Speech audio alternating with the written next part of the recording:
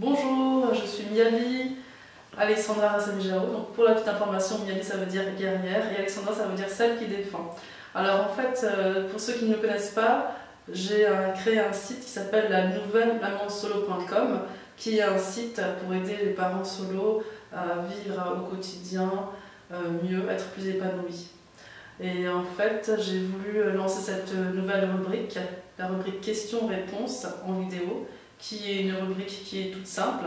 Vous m'envoyez par email vos questions qui concernent votre quotidien, vos questions autour de la séparation, autour de la vie de parents célibataires, tout ce qui vous touche, tout ce qui vous préoccupe. Et je répondrai à vos questions sous forme vidéo. Et aujourd'hui, je vais répondre à une question que m'a posée Magali, une question que j'ai reçue il y a quelques jours par email. Je vais vous la lire pour que vous compreniez de quoi on parle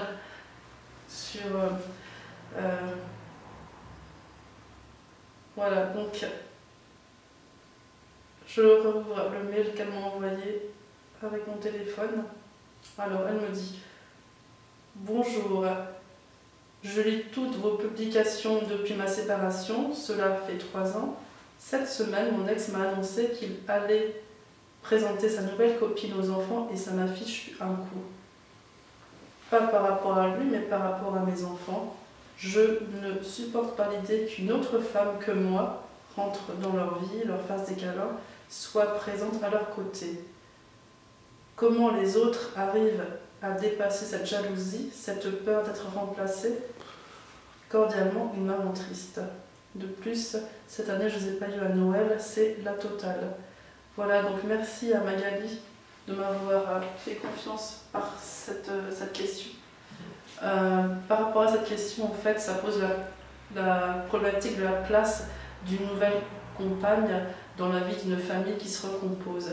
Magali a peur parce que elle voit que ses enfants passent du temps avec une nouvelle personne qui prend la place dans la vie de ses enfants.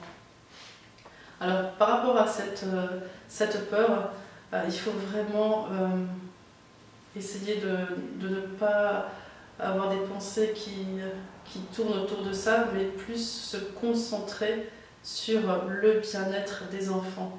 Ce qui est important, c'est de se poser la question, est-ce que les enfants dans cette situation, est-ce que les enfants sont heureux tout simplement? Est-ce qu'ils passent des moments de qualité avec leur père et avec sa nouvelle compagne? Est-ce qu'ils sont souriants? Est-ce qu'ils rient? Est-ce qu'ils sont contents? Est-ce qu'ils font des choses intéressantes avec ce nouveau couple? Voilà, c'est vraiment important de faire ce point-là, d'en discuter si vous êtes très inquiète par rapport au papa.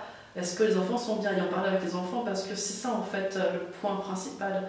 Ce qu'il faut retenir de ce que je dis, c'est que vos enfants, ils passent du temps avec une autre personne et ça, il faut l'accepter. Vous êtes mère et en tant que mère, vous devez accepter que vos enfants ont une vie en dehors de vous, qu'ils grandissent avec d'autres personnes, qui s'épanouissent sans vous. Ça peut être très dur à accepter, mais c'est le rôle d'une mère d'aider les enfants à être autonomes, à être heureux sans elles.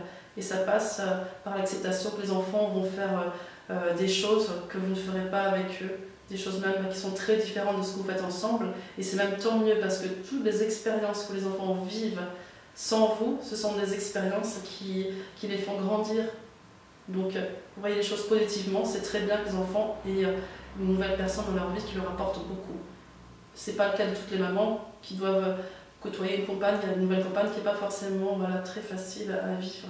Alors, le deuxième point qui est aussi très important, c'est garder en tête que vous êtes la mère et que c'est un rôle irremplaçable. Vous êtes unique et vous êtes la seule maman.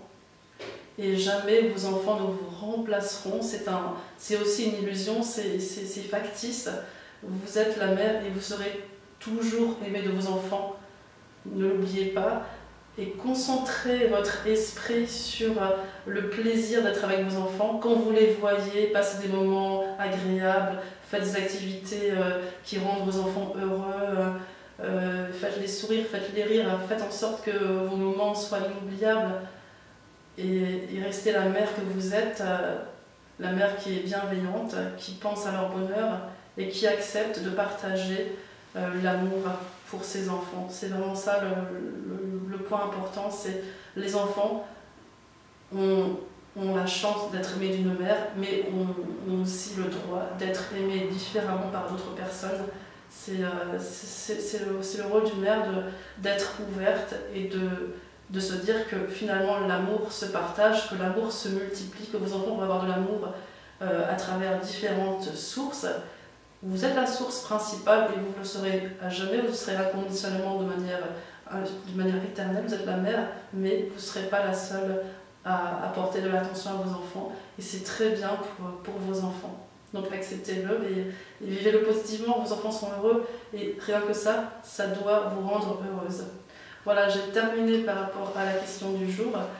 Encore une fois, je vous donne des pistes de réflexion, mais ce que j'encourage aussi à faire, pour toutes les personnes qui m'écoutent, c'est de donner leur point de vue, de partager leurs expériences, de dire dans les commentaires comment elles ont vécu l'arrivée d'une nouvelle femme ou d'un nouvel homme dans la vie de leurs enfants. Voilà, parce que l'idée vraiment du groupe de parents solo, c'est de s'entraider, de se soutenir, de s'apporter des solutions. Voilà, je vous remercie de m'avoir écouté et à très vite pour de nouvelles questions. Au revoir.